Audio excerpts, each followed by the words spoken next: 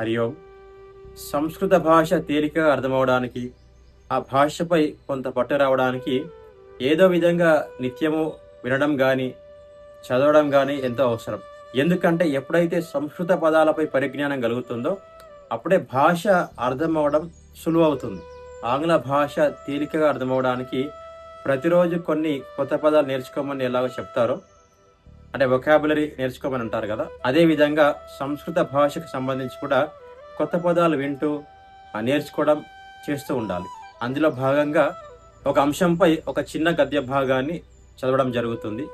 ఇంగ్లీష్లో ప్రోజ్ అంటాం కదా, ఆ విధంగా ఒక గద్య భాగాన్ని ఎంచుకొని చదివి అర్థం చేసుకునే ప్రయత్నం చేద్దాం. అంశం యొక్క శీర్షిక జలాశయ. ఒక సరస్సుకు సంబంధించి కొన్ని వాక్యాలు సంస్కృతంలో చదివి తెలుగులో అనువాదం చేయడం జరుగుతుంది. అర్థం చేసుకునే ప్రయత్నం చేద్దాం. ఈ అంశం శీర్షిక జలాశయ అంటే సరస్సు అని అర్థం. ఏషః జలాశయ. ఏషః అంటే పుల్లింగ శబ్దాలకు వాడేటటువంటి సర్వనామ శబ్దం. ఇది లేదా ఈ వస్తువు, ఈ వ్యక్తి అని చెప్పడానికి ఏషః అని వాడతాం. ఇప్పుడు ఏషః జలాశయ అర్థం ఏమవుతుంది? ఇది జలాశయము అని అర్థం వస్తుంది. జలాశయే వర్షాకాలే బహుజలమాయాతి. జలాశయానికి వర్షాకాలంలో బహుజలం చాలా జలం ఆయాతి వస్తుంది. అంటే వర్షాకాలంలో జలాశయం నిండుకుండగా ఉంటుందని చెప్పడానికి. తస్మిన్ మండూకాః మీనాః కచ్చపాః కర్కటాః చ భవంతి. తస్మిన్ అందులో అంటే జలాశయంలో, మండూకాః కప్పలు, మీనాః చేపలు, కచ్చపాః తాబేళ్లు, కర్కటాః పీతలు, చ మరియు భవంతి ఉంటాయి. చ అంటే మరియు అని అర్థం.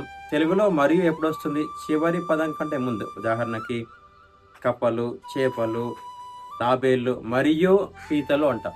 కానీ ఇక్కడ కర్కటాః చ అని వచ్చింది, చివరిలో వచ్చింది. ఇది భాషకు ఉన్నటువంటి ప్రత్యేకత. మరియు అనేది ఒక్కొక్క భాషలో ఒకలాగా వాడతాం, సంస్కృతంలో ఈ విధంగా వాడతాం అన్నమాట. ముందుకెళ్దాం. జలాశయే నానా వర్ణాని కమలాని వికసంతి. ఈ జలాశయంలో నానా వర్ణాని పలు రంగులు గల కమలాని పద్మాలు వికసిస్తాయి. కమలేషు భ్రమరాహ గుంజంతి. ఆ పద్మాల్లో భ్రమరాహ తుమ్మెదలు గుంజంతి హింకరిస్తాయి, అంటే శబ్దం చేసుకుంటూ వెళ్తాయి. మందహ వాయు ప్రవహతి. మందహ నెమ్మదిగా, వాయువు ప్రవహతి వెళ్తూ ఉంటుంది. వాయు కమలానాం సుగంధం వహతి. ఈ వాయువు కమలానం పద్మాల యొక్క సుగంధాన్ని వహతి తీసుకెళ్తూ ఉంటుంది. తిత్తిలికాః పుష్పేషు నృత్యంతి కలికానాం చ రసం పిబంతి. తిత్తిలికాః అంటే సీతాకోక చిలుకలు, పుష్పేషు పద్మాలలో నృత్యంతి నర్తిస్తాయి, కలికానాం చ మరియు కలికానం అంటే ఆ పుష్పం యొక్క కాండలు, వాటి యందు ఉన్నటువంటి రసం పిబంతి రసాన్ని తాగుతాయి. కమలానాం వర్ణః రక్తః పాటలః నీలః శ్వేతశ్చ భవతి. ఈ పద్మాల యొక్క రంగుల గురించి చెప్తూ ఉన్నారు. ఏ రంగులో ఉన్నాయి? వర్ణః అంటే రంగు, రక్తః ఎరుపు రంగు, పాటలః పాటల రంగు అంటే పింక్ కలర్ అంటాం కదా అది, తర్వాత నీలః నీలం రంగు, శ్వేతశ్చ అంటే శ్వేతః తెలుపు రంగు, భవతి ఆయా రంగుల్లో అవి ఉన్నాయి. కమలానాం శోభ సర్వేషాం మనాంసి హరతి.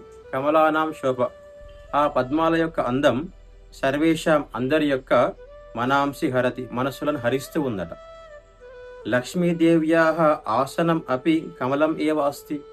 లక్ష్మీదేవ్యాః ఆసనం, లక్ష్మీదేవి యొక్క ఆసనం కూడా కమలమేవ అస్తి, పద్మమే కదా అంటూ ఉన్నారు. ఇక్కడ ఏవ అంటే ఇదే అని చెప్పడానికి వాడతారనమాట. కమలస్య అపరం నామ నీరజం తోయజం వారిజం సరసిజం చ అపి అస్తి. కమలాల యొక్క వివిధ నామాలు చెప్తూ ఉన్నారు. ఒక నామం నీరజం, మరి ఒక నామం తోయజం, వారిజం, సరసిజం. అన్నింటిలో కామన్గా జ అనేటటువంటి అక్షరం ఉంది చూడండి.